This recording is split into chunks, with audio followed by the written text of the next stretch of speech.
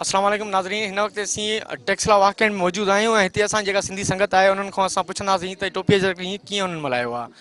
जी शुरू कंदा साईं, छा पिया ॿुधायो?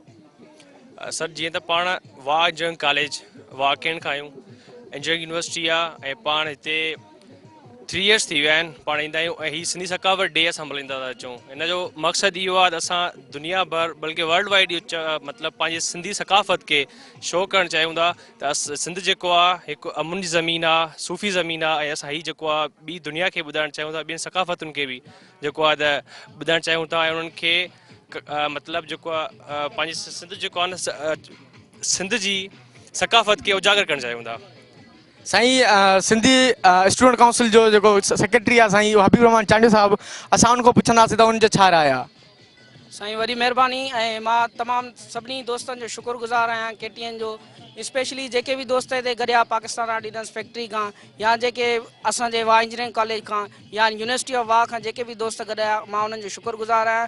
जीअं त तव्हांखे ख़बर आहे त असीं हर साल इहा रैली कढंदा आहियूं ऐं हिन साल बि जेको आहे असीं हिते वाह कैंड में अची गॾिया आहियूं ऐं मां सिर्फ़ु तव्हांखे इहो चवणु चाहींदुसि त असीं कल्चरल डे छो था मल्हायूं। इन जो हिकिड़ो सबबु आहे, इन जो सबबु इहो आहे त असीं सिंध जा जेके माण्हू आहियूं जेके हिते निकिरी आया आहियूं वाह कैंड पढ़ण लाइ, असीं इहो था चाहियूं जीअं अॻे असांखे कुचलियो वियो, असांखे अॻिते वधणु न छॾियो वियो ऐं उहो उन्हनि खे असीं ॾेखारणु था चाहियूं हिन एकता जे ॾींहं ते गॾिजी त जेके असांखे तव्हां टोड़े नथा सघो। माण्हू वॾी कोशिशि था कनि त हिन एकता डे खे ख़तमु कयो वञे मुख़्तलिफ़ तरीक़नि सां, को कहिड़े हिसाब सां थो चए, को कहिड़े हिसाब सां थो चए, पर इन प्लेटफॉर्म ते असांजा जेके चैनल आहिनि उन्हनि खे मां इहो अर्ज़ु कंदुमि त उहे हिकु ॾींहं ते मल्हाइनि। हिन साल KTN तमामु सुठो कमु कयो आहे, उन्हनि 3 डिसंबर ते मल्हाइण जो जेको ऐलान कयो उहो तमामु बहितरीनु आहे। मां सभिनी खे इहो चवंदुमि त जेके बि दोस्त हिते रहनि था उहे पाण में महिनत बि कनि, पढ़ाई ते बि ॾियनि, उन सां गॾोगॾु पंहिंजी क़ौम खे जेको आहे रिप्रेज़ेंट था कनि, उहे कीअं था रिप्रेज़ेंट कनि ऐं हिक ॿिए सां यूनिटी कनि ऐं हिक ॿिए जे कमु अचनि वधि खां वधि ऐं पंहिंजे सकाफ़त खे प्रेज़ेंट। वॾी महिरबानी साईं हबीब रहमान चांडियो। साईं सिंधी स्टूडेंट काउंसिल जो जेको प्रेसिडेंट आहे साईं गुलाम मोहम्मद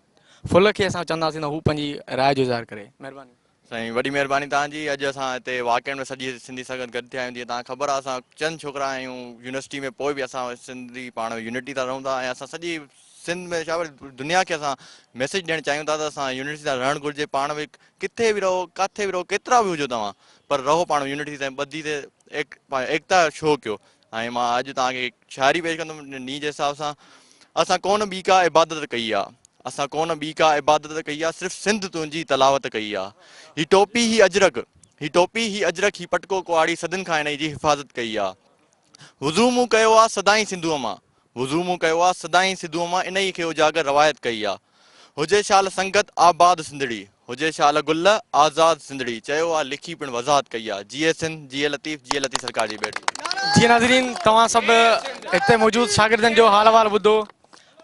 इजाज़त चाहींदो मुनवर चांडियो। महिरबानी बाबा। ठीकु आहे बाबा।